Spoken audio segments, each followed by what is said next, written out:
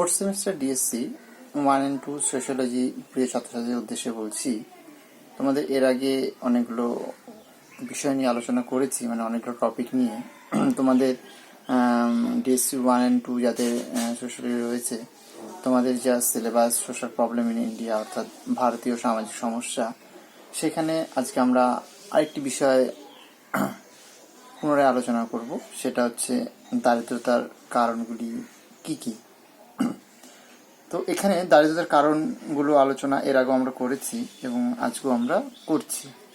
তো দারিদ্রতার কারণ আলোচনা করতে গিয়েই প্রথমেই আমাদের বলতে হবে দারিদ্রতার প্রকৃত কারণ প্রাচীন এবং আধুনিক এই দুটি ধারণা থেকেই ব্যাখ্যা করা যেতে পারে। অর্থাৎ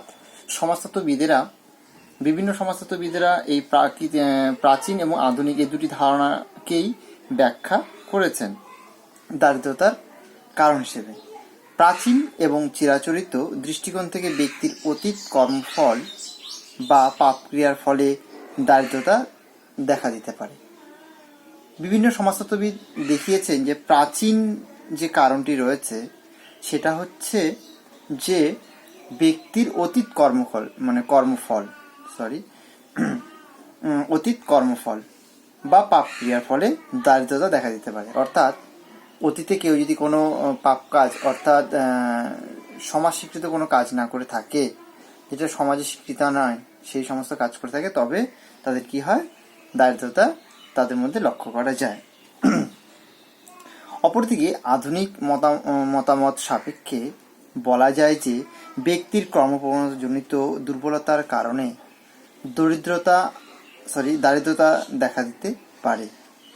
মোটামুটিভাবে আধুনিক এই মতামতটাকেই গ্রহণযোগ্য হিসেবে ধরে নিয়ে দারিদ্রতার বৃদ্ধির পশ্চাতে প্রচলিত সমাজ ব্যবস্থার কতগুলি গুরুত্বপূর্ণ উপাদান লক্ষ্য করা যায় বলে তারা মনে করেছেন। অর্থাৎ প্রাচীন যে কারণটি রয়েছে সেটা কতটা গ্রহণযোগ্য, তার থেকেও অনেক বেশি গ্রহণযোগ্য হচ্ছে আমাদের আধুনিক মতবাদটা। কি মতবাদ?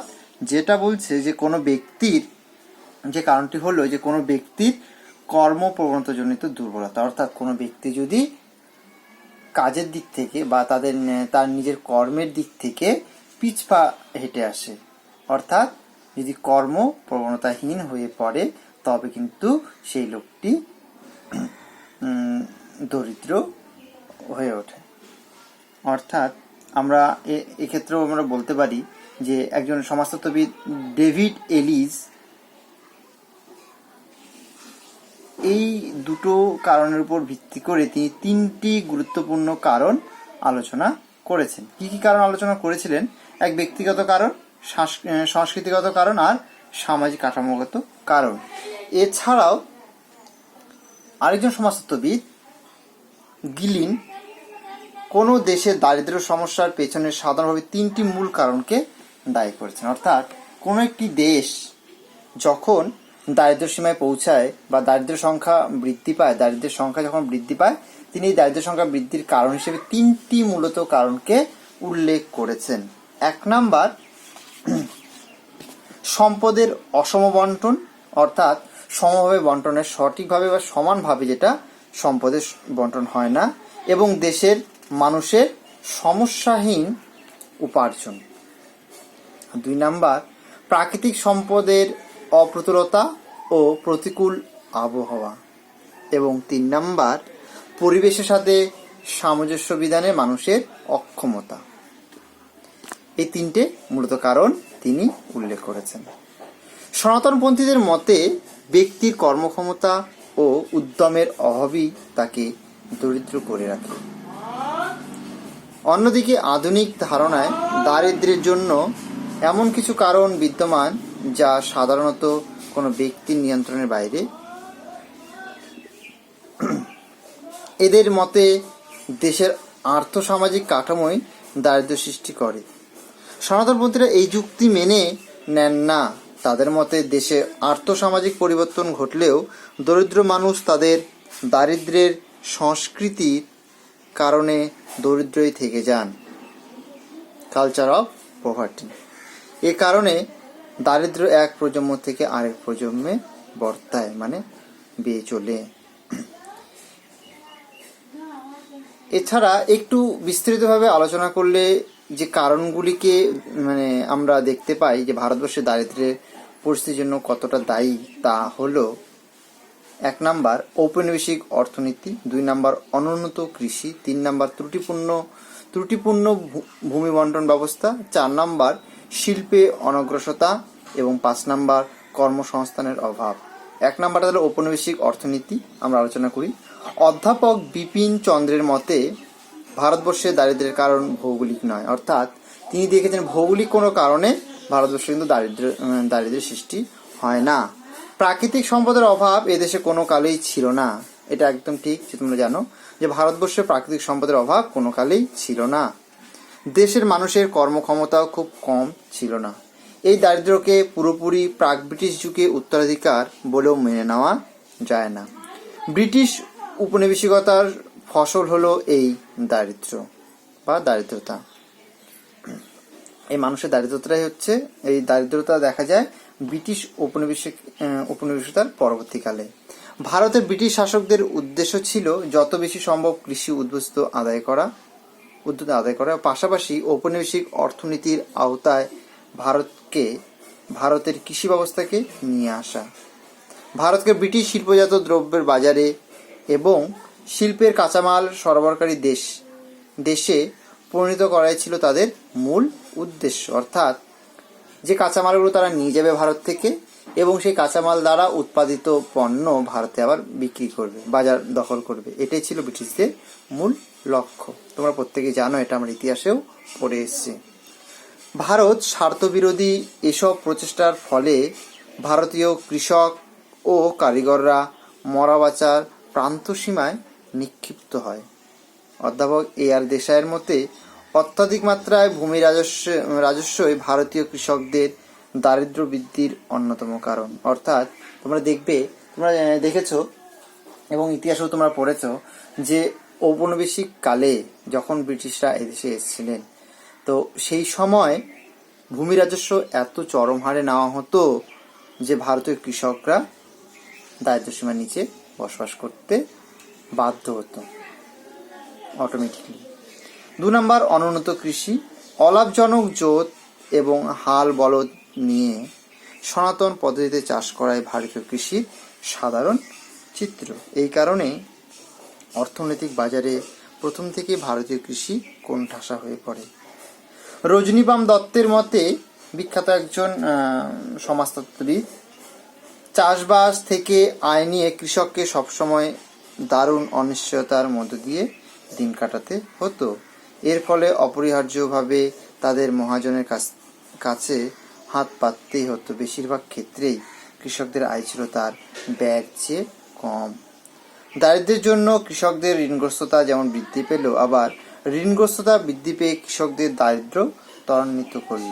অধ্যাপক দেশাইয়ের মতে এটা একটা বিষচক্র। এর ফলস্বরূপ জমি অতি দ্রুত জমিদার মহাজন ব্যবসায় কুক্ষিগত হলো। অন্যদিকে ভূমিহীন ক্ষেত মজুরের সংখ্যা দ্রুত বৃদ্ধি পেল। স্বাধীনতার উত্তর ভারতবর্ষেও কৃষিক্ষেত্রে এই সাধারণ চিত্র তেমন কিছু পাল্টালো না। অর্থাৎ স্বাধীনতার পরবর্তীতেও ভারতবর্ষের কৃষিক্ষেত্রে সাধারণ যে চিত্রটা সেটা কিন্তু পাল্টে যায়নি। 3 নম্বর যে পয়েন্টটা বলেছিলাম, ত্রুটিপূর্ণ ভূমি বন্টন ব্যবস্থা, সেখানে গ্রামীণ সমাজে দরিদ্র শ্রেণীর মূলত দুর্বলতা নিহিত আছে বিশেষত জমি অসম বন্টনের মধ্যে। অর্থাৎ জমিটা সঠিকভাবে বন্টন এটা হয়নি। স্বাধীনতা পরবর্তীকালে জমিদারি অধিগ্রহণের বিষয়টি এতই প্রত্যাশিত ছিল যে বহু আগে থেকে জমি বেনামি হস্তান্তর হতে থাকে। জমিদারের আইনগত সংজ্ঞা বদলালো, কিন্তু উৎপাদন সম্পর্ক অপরিবর্তিত রইল। জমি ঊর্ধ্বসীমা আইন কার্যকর হওয়ার পরেও বাস্তবে খুব সামান্য পরিমাণ জমি বন্টন হয়েছিল। রিজার্ভ ব্যাংক পরিচালিত সমীক্ষায় দেখা গিয়েছে একবারের নিচের দিকে 30% গ্রামীণ পরিবারের রয়েছে 5%-এরও কম গ্রামীণ সম্পত্তি। অন্যদিকে ওপরের দিকে 30% আছে 80%-এর মতো গ্রামীণ সম্পত্তি। বর্তমানে মোটামুটি 2.5% জমির মালিক দেশের 23% চাষযোগ্য জমির মালিকানা ভোগ করছে। জমির কেন্দ্র ভবন বাড়ছে, কৃষকদের নিচের স্তরগুলি ক্রমশ জমি হারিয়ে ফেলছে। এবং 4 নাম্বার, শিল্পে অনগ্রসরতা, অর্থাৎ ব্রিটিশ আমলে ঔপনিবেশিক অর্থনীতির আওতায় এসে ভারতবর্ষে অবশিল্পায়ন বা ডিইন্ডাস্ট্রিয়ালাইজেশন শুরু হয়। উপনিবেশবাদ বিলুপ্ত হলেও ভৌগোলিক ও রাজনৈতিক ভূখণ্ডের পৃথক পৃথক অস্তিত্বের প্রেক্ষাপটে অভিন্ন বাজার অর্থনীতি চালু করার প্রচেষ্টা শুরু হয়।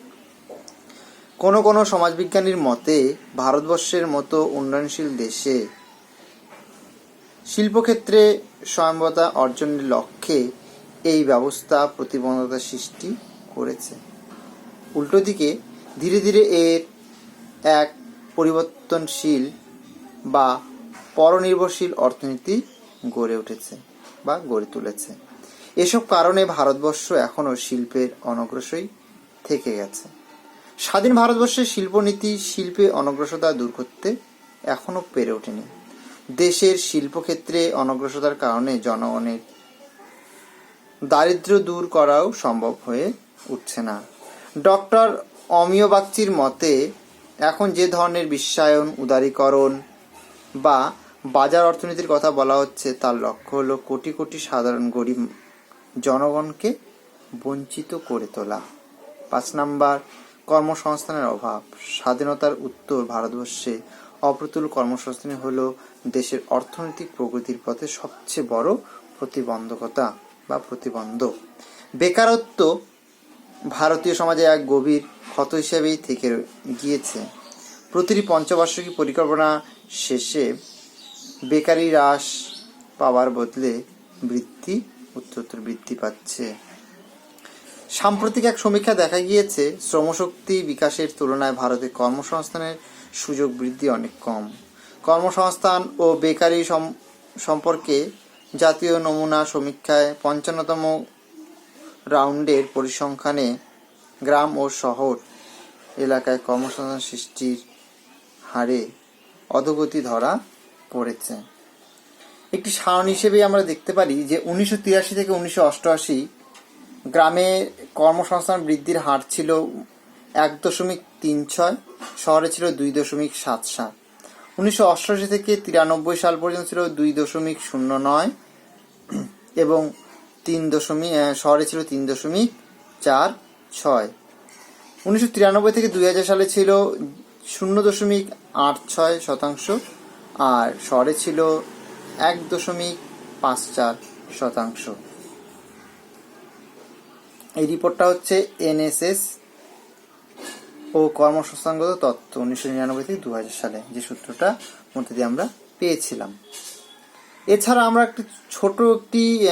আরেকটি কারণ, সেটা ছোট বলবো না, এছাড়া আমরা আরেকটি কারণ লক্ষ্য করতে পারি, সেটা হচ্ছে নিরক্ষরতা।